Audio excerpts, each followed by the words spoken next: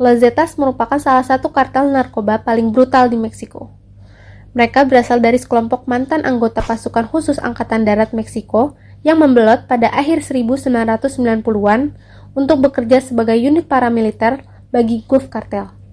Pada tahun 2010, mereka memberontak dan menjadi organisasi kriminal independen dan terlibat dalam perdagangan narkoba, pemerasan, penculikan, dan kejahatan terorganisir lainnya. Mereka terkenal karena strateginya yang ekstrim dan memiliki disiplin militer dalam menjalankan operasinya. Struktur dan operasi Los Zetas. Struktur Los Zetas lebih menyerupai organisasi militer daripada kartel biasanya. Mereka merekrut mantan personel militer, menggunakan teknologi canggih dalam komunikasi dan pengintaian, dan mengendalikan wilayah perdagangan narkoba dengan intimidasi. Selain peredaran narkoba, mereka juga terlibat dalam penyelundupan senjata, perdagangan manusia, serta pemerasan terhadap bisnis serta masyarakat umum di wilayah yang mereka kuasai, terutama di negara bagian seperti Tamaulipas, Nuevo León, dan Coahuila. Asosiasi dan hubungan dengan pihak lain. Los Zetas memiliki hubungan dengan berbagai kelompok lain. Awalnya, mereka adalah sekutu dari Gulf Cartel sebelum akhirnya memberontak dan menjadi musuh bebuyutan. Mereka juga terlibat dalam persaingan berdarah dengan kartel Sinaloa dan kartel Jalisco Nueva Generación dalam memperebutkan wilayah dan jalur perdagangan narkoba. Selain itu, mereka juga memiliki koneksi dengan kartel di Kolombia sebagai pemasok kokain dan menjalin hubungan dengan geng Amerika Tengah seperti Mara Salvatrucha untuk mempermudah dalam operasi lintas negara. Los Zetas juga dikenal karena hubungan mereka dengan institusi pemerintah dan aparat keamanan. Mereka sering menyuap pejabat serta merekrut mantan tentara dan polisi untuk memperkuat operasional mereka. Keterlibatan mereka dalam korupsi memperumit upaya penegakan hukum dan memungkinkan mereka bertahan dalam jaringan kriminal yang luas meskipun mengalami tekanan dari pihak berwenang.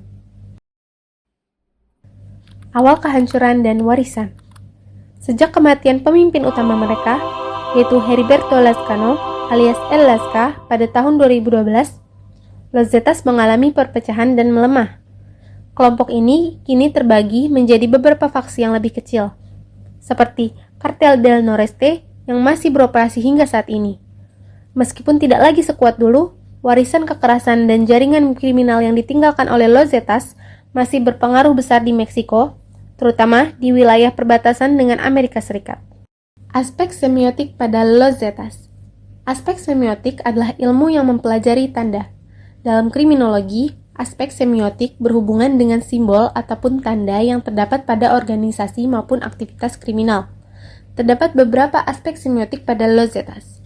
Pertama, penggunaan huruf Z sebagai simbol utama mereka yang menjadi tanda supremasi yang menunjukkan dominasi mereka di wilayah tertentu. Kedua, penggunaan slogan ataupun pesan yang diciptakan oleh Los Zetas, seperti Zetas no perdona, yang artinya Zetas tidak memberi ampun, ataupun plata o plomo, yang artinya perak atau timah, yang dimaksudkan dengan suap atau peluru, sebagai pesan ancaman pada pemerintah ataupun musuh. Yang ketiga ada narcocorridos, lagu yang menceritakan kisah mereka untuk membangun citra mereka yang tak terkalahkan. Keempat, penggunaan pakaian, lencana yang meniru atribut militer, menegaskan latar belakang sebagian anggota mereka merupakan mantan anggota pasukan khusus Meksiko. Yang kelima, ada tindak kekerasan sebagai ritual komunikasi yang memperkuat ketakutan dan kendali psikologis atas mereka. Ada ritual agama Santa Muerte, dianggap sebagai pelindung para penjahat, dan anggota kelompok memberikan persembahan seperti makanan dan lilin untuk mendapatkan perlindungan dalam aktivitas ilegal mereka. Yang ketujuh, Los Zetas menggunakan media sosial untuk menyebarkan propaganda dan menakut-nakuti lawan dengan membagikan foto dan video kekerasan. Mereka berinteraksi dengan pengikut untuk menyebarkan intimidasi dan memperkuat citra dominan mereka. Media sosial juga berfungsi sebagai alat rekrutmen, menampilkan gaya hidup glamor, serta memanipulasi opini publik dengan menyoroti bantuan sosial yang mereka berikan untuk mengalihkan perhatian dari tindakan kriminal. Yang kedelapan, ada ritual kanibalisme di kartel Los Zetas, melibatkan anggota baru yang dipaksa mengonsumsi daging manusia, terutama jantung korban, sebagai inisiasi untuk mengukuhkan loyalitas.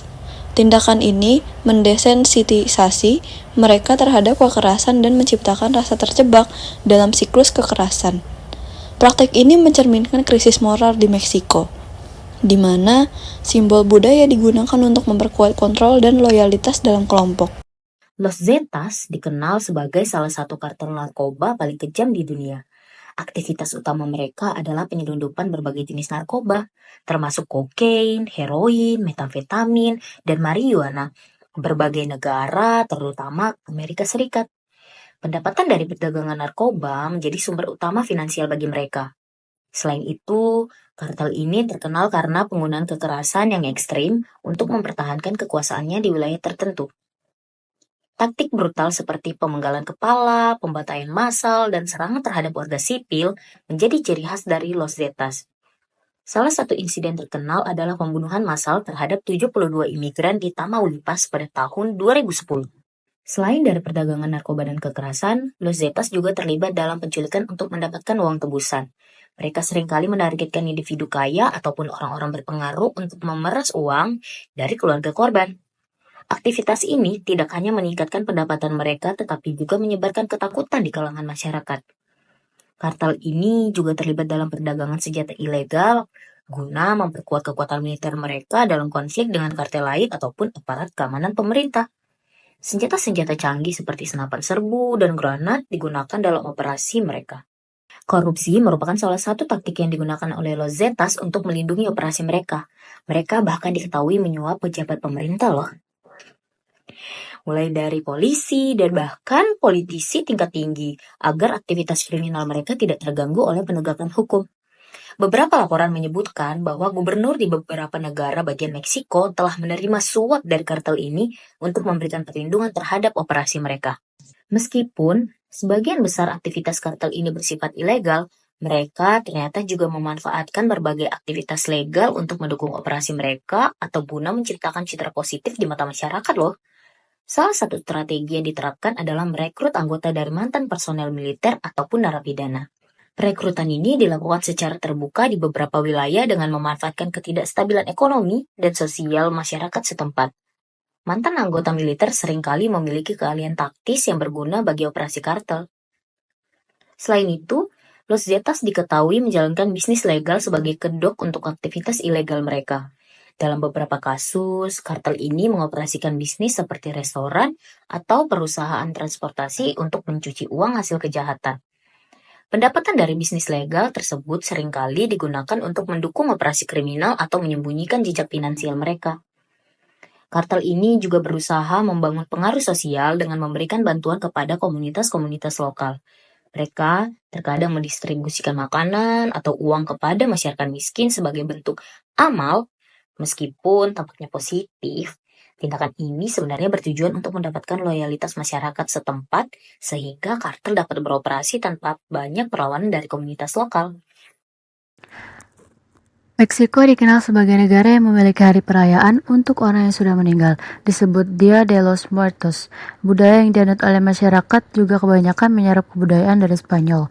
Los Zetas sebagai sebuah organisasi kriminal di Meksiko yang cukup terkenal, didirikan pada tahun 1999 yang awalnya dibentuk oleh mantan anggota militer Meksiko, telah mengadopsi dan mengadaptasi elemen-elemen budaya lokal yang kuat termasuk simbolisme, kekuasaan, kekerasan, dan loyalitas untuk membangun reputasi dan legitimasi di mata masyarakat. Dalam konteks ini, kekerasan bukan hanya sekedar alat untuk mencapai tujuan ekonomi, tetapi juga merupakan bagian integral dari budaya dominasi yang menciptakan rasa takut dan ketergantungan di kalangan komunitas.